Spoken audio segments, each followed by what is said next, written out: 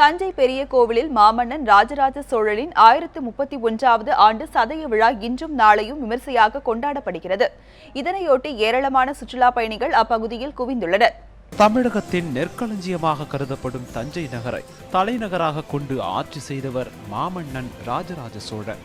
கிபி 985ஆம் ஆண்டு முதல் 1014ஆம் ஆண்டு வரை சோழ சாம்ராஜ்யத்தின் மாமன்னராக விளங்கிய இவரின் ஆட்சி காலத்தில்தான் உலக புகழ்பெற்ற தஞ்சை பெரிய கோவில் கட்டப்பட்டது. இன்று வரை உலக பாரம்பரிய சின்னங்களில் ஒன்றாக விளங்கும் தஞ்சை பெரிய கோவில் தமிழர்களின் கட்டிடக்கலைக்கு சிறந்த எடுத்துக்காட்டாகவும் விளங்கி வருகிறது.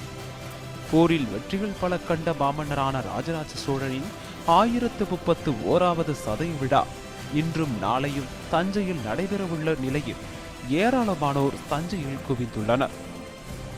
மாமன்னன் என்பதற்கு அடையாளமாக திகழ்ந்தவன் ராஜராஜ சோழன். குறிப்பாக பார்த்தோம் அப்படின்னா வேளாண்மைக்கு ரொம்பவும் முக்கியத்துவம் கொடுத்த மன்னர்கள் வரிசையில் ராஜராஜனை குறிப்பிட்டு சொல்லலாம். அதிலே நீர் மேலாண்மை திட்டங்களுக்கு மிக மிக முக்கியத்துவம் கொடுத்து செயல்படுத்தியவன்.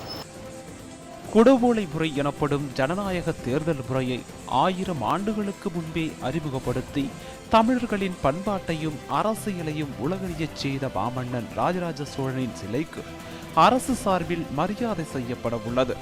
இதனிடையே ஆன்மீக தளமாகவும் சுற்றுலா தளமாகவும் அறியப்படும் தஞ்சையில் மாமன்னன் ராஜராஜ சோழனின் நினைவு கூறும் வகையில் ஒரு மணிமண்டபம் அமைக்க வேண்டும் என பொதுமக்களும் சமூக ஆர்வலர்களும் குரல் கொடுத்து வருகின்றனர். பெரிய கோயில் அவருக்கு ஒரு நிலையான புகழை தந்திருக்கிறது.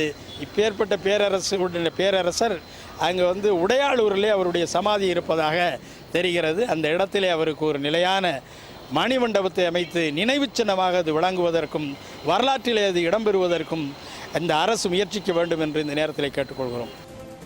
பல்வேறு சிறப்புகளை தன்னகத்தை கொண்ட தமிழர்களின் பெருமைகளை உலகிற்கு பறைசாற்றும் விழாவாகவும் கருதப்படும் ராஜராஜ சோழனின் சதய விழாவை முன்னிட்டு தஞ்சை நகரம் களை கட்டி உள்ளது. வெங்கடேஷ், நியூஸ் 7 தமிழ், தஞ்சாவூர்.